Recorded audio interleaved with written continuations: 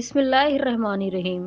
السلام علیکم معزز سامعین، آج سے تقریباً 3000 سال پہلے ایک ظالم بادشاہ فرعون مصر پر حکومت کرتا تھا۔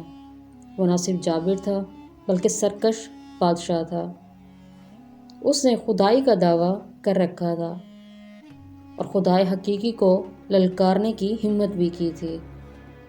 فرعون نہایت ہی ظالم اور بدکردار انسان تھا۔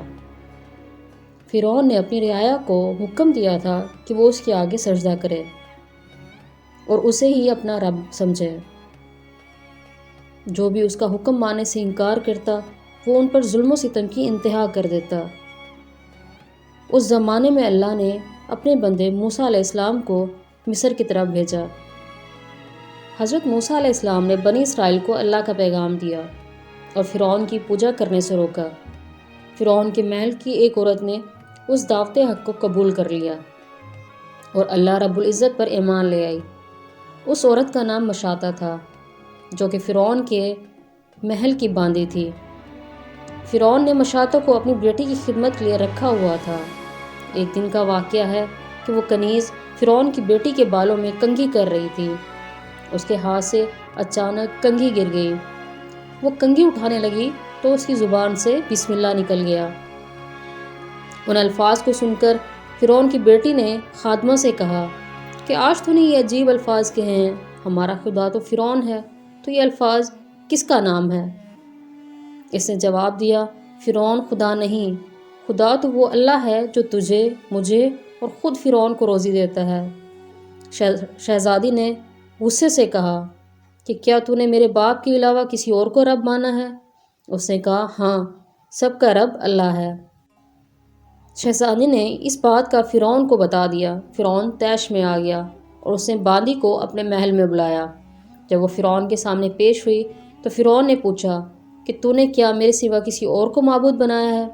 خادمہ نے جواب دیا کہ میں تمہیں معبود نہیں مانتی، بلکہ تمہارا رب بھی وہی ہے جو اللہ رب العزت ہے، جو بڑی بزرگی والا ہے۔ جواب سن کر فرعون غصے میں آ گیا۔ اس نے اتنی جرأت اور ہمت کی امید نہ کی تھی۔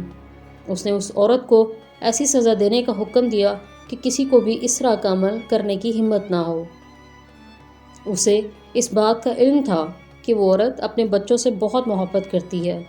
فرعون نے سپاہیوں کو اس کے بچے محل میں لانے کا حکم دیا اور سپاہیوں کو ایک بڑی دیگ میں تیل ابالنے کا حکم دیا۔ جب یہ تیل کھولنے لگا تو فرعون نے اس کے سارے بچوں کو ایک ایک کر کے تیل میں ڈالنے کا حکم دیا۔ یہ سن کر اس عورت کے اوسان خطا ہو گئے۔ سپاہی ایک بچے کو گھسیٹ کر دیگ تک لے جانے لگے۔ وہ بچہ کبھی ماں کو پکارتا اور کبھی فرعون کی طرف رحم بھری نظروں سے دیکھتا۔ سپاہی اسے بے رحمی سے گھسیٹ کر دیگ تک لے گئے۔ خادمہ دکھی ہو کر محبت سے اپنے بچے کی طرف دیکھتی رہی اور اسے اللہ کی امان میں دے رہی تھی۔ کچھ ہی لمحوں میں بچے کو کھولتے ہوئے تیل میں ڈال دیا گیا اور اس معصوم کی ہڈیاں تیل کے اوپر تیرنے لگی۔ فرعون نے خادمہ کو سوالیہ نگاہوں سے دیکھا اور خادمہ کو کہا، مجھے رب مانو۔ خادمہ نے بہادری سے جواب دیا کہ تو رب نہیں ہے۔ فرعون نے اس استقامت پر حیرت سے خادمہ کو دیکھا۔ کچھ دیر بعد اس کے باقی بچوں کو بھی تیل میں ڈال کر ہلاک کر دیا۔ سپاہی اس کے سب سے چھوٹے بچے کو لینے کے لیے اس کی طرف بڑھے جو چند ماہ کا شیر خوار تھا۔ جب سپاہیوں نے اس بچے کو خادمہ سے چھینا تو اس نے زور سے چیخ ماری۔ ماں کا کلیجہ منہ کو آ گیا اور دکھ کی شدت سے زمین پر گر پڑی اور اللہ کے آگے زاروں قطار رونے لگی۔ اللہ رب العزت اس خادمہ پر گزرنے والی تکلیف کی شدت سے آشنا تھا۔ اللہ کی طرف سے ایک معجزہ ہوا۔ اس کا شیر خوار بچہ جو بول بھی نہ سکتا تھا وہ بولنے لگا، اے ماں تو حق پر ہے، دنیا کی سزا آخرت کی سزا کے مقابلے بہت کم ہے۔ فرعون کے دربار میں موجود لوگ بچے کو بولتے دیکھ کر حیران رہ گئے، مگر ان کے دل پر لگی مہر کے سبب وہ لوگ ایمان نہ لائے۔ سپاہیوں نے اس بچے کو بھی دیگ میں ڈال دیا۔ اپنے تمام بچوں کو اپنی نظروں کے سامنے فرعون کے ظلم کا شکار ہوتے دیکھنے کے بعد اس خادمہ کا دل تکلیف کی شدت سے پھٹنے لگا۔ وہ چاہتی تو اپنے بچوں کو بچا سکتی تھی، اسے صرف فرعون کے رب ہونے کا اقرار کرنا تھا، لیکن یہ صرف جان بچانے کا بہانہ ہوتا۔ اس خادمہ کو یقین تھا کہ اس کے رب کے پاس بہترین اجر ہے، وہ اس فانی دنیا سے کہیں زیادہ ہے۔ سپاہیوں نے اس خادمہ کو بھی پکڑا اور دیگ کے پاس لے گئے۔